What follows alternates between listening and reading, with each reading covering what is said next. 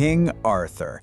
I mean, just in the name, right? Instantly, you're probably thinking of shining armor, the round table, the sword Excalibur, and of course, the magical kingdom of Camelot. He is, without a doubt, one of the most legendary figures in the entire world. But here's the thing. The legend we all know and love didn't just appear out of nowhere. Oh no, it was built piece by different people over hundreds of years.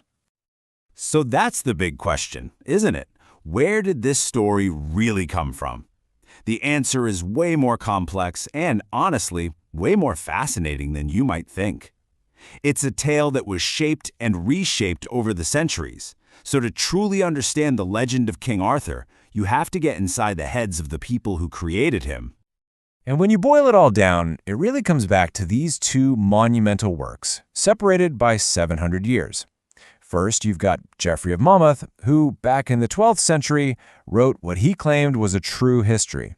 And then you have the great Victorian poet Alfred Lord Tennyson, who completely reimagined the story as a grand tale about morality. These aren't just two slightly different tellings of the same story, they're two completely different Arthurs built for two completely different worlds. Okay, let's start at what was for a long time considered the beginning. We gotta go way back to the 1100s, to a writer named Geoffrey of Monmouth. This guy didn't just add to the Arthur story. In a lot of ways, he built the entire foundation for the legend as we know it today. And this, right here, is where Geoffrey pulls off an absolutely brilliant move. He didn't come out and say, hey, I'm making up this cool story. Nope. He claimed his work was just a simple translation of a very ancient book. And that was genius. It gave his stories a huge dose of authority. He wasn't just some storyteller. He was supposedly a historian, uncovering a lost national epic for the people of Britain. And wow, what an epic it was! Geoffrey didn't just write about Arthur. He created this entire sweeping history for Britain that he traced all the way back to the heroes of the Trojan War. He tells this amazing tale of Brutus, a descendant of Aeneas, who flees the ruins of Troy and is led by the gods to an island of giants. This becomes the foundation for everything, including the tragic story of King Lear, yep, the original King Lear, and eventually the prophecies of Merlin and the arrival of the great hero Arthur. And you know, the early parts of his history are just wonderfully bizarre. I mean, you can't make this stuff up. Geoffrey describes how one of the Trojan heroes, a guy named Corinius, just loves wrestling the giants who lived on the island. The biggest and baddest of them all was a 12-foot-tall monster called Gog-o-Magog. Corinius beats him in this epic wrestling match, throws him over his shoulders, runs to a cliff, and just chucks him into the sea. This is the kind of mythic, larger-than-life world that Arthur is eventually born into. And here's a perfect example of how Geoffrey just weaves the supernatural right into his history. He introduces Merlin not as the wise old wizard with a long white beard, but as this strange boy found by a tyrant king, a boy with no human father. He was said to be the son of a princess and an incubus, a kind of demon. And it's this otherworldly background that gives Merlin his incredible powers of prophecy. So, Merlin's first big moment. It's a classic. The king's tower keeps falling down, and his advisors say the only solution is to sacrifice a boy with no father. But when they bring Merlin, he reveals the real problem. There's a hidden pool of water under the tower. When they drain it, two dragons, one red and one white, crawl out and start fighting. Merlin explains it's a vision. The red dragon is for the Britons, and the white one is for the invading Saxons. Their fight predicts the worst to come and the rise of a great British hero who would finally drive the invaders out. So what you end up with, the Arthur that Geoffrey gives us, he's a warlord, pure and simple, a conquering king. He's conceived with Merlin's help, he carries this incredible sword named Excalibur, and he builds a massive empire, conquering lands all over Europe. His end is just as epic. He's betrayed by his nephew Mordred, gets mortally wounded in a final battle, and is then carried off to the magical Isle of Avalon, not to die, but to be healed. It leaves the door wide open for his return. Okay, so for centuries, Geoffrey's story is the story. It gets told and retold. But now, we're going to hit fast forward. I mean, way forward, to the 19th century, to meet the second great architect of the Arthur legend, the poet laureate of Great Britain, Alfred Lord Tennyson. And you really have to let that sink in for a second. 700 years. The world was a completely different place. The age of mythic histories was long gone. This was the Victorian era, an age of steam engines, of empire, and of some really intense moral soul-searching. They needed a very different kind of hero. See, Tennyson wasn't trying to write a history book. His whole approach was different. He wrote something called Idylls of the Ging, which is a cycle of 12 long poems. And that word, idyll, is a clue. It suggests a series of beautiful, romantic, almost dreamlike stories. This wasn't about setting the historical record straight, it was about exploring a moral and spiritual world. And this is a huge shift.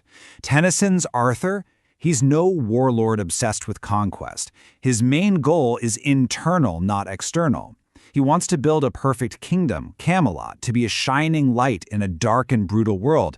His whole mission is to try and lift humanity up, to elevate people beyond their worst instincts towards something better, something more ideal.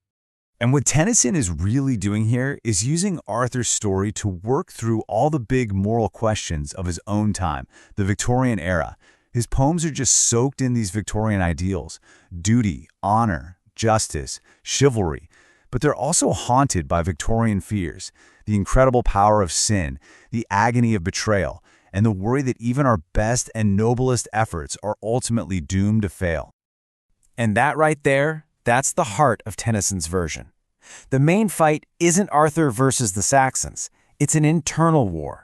It's the perfect, sacred idea of Camelot versus the messy, flawed, and sinful nature of the very people trying to live up to that ideal, like his wife Guinevere and his best friend Lancelot.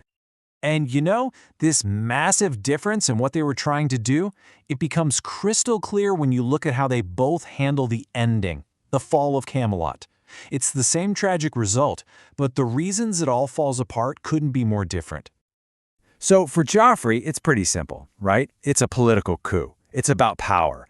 Arthur's away fighting, his nephew Mordred sees an opportunity, grabs the throne, and it all ends in a massive war. But for Tennyson, the final battle is just the last symptom of a deeper disease. His Camelot rots from the inside out. The collapse is a spiritual one, not a political one. In Tennyson's version, Camelot doesn't just fall, it crumbles. You can almost see it happening in 3 stages. First, you get the main crack in the foundation, the affair between Lancelot and Guinevere. It's a betrayal that poisons everything. Then, you get the living embodiment of that sin, Mordred, who in this version is Arthur's own illegitimate son from a past mistake. Mordred isn't just a political rival. He is Arthur's own sin come back to destroy him. And only then, after the moral core has been shattered, do you get the final, tragic battle. Okay, so let's just lay it all out side by side.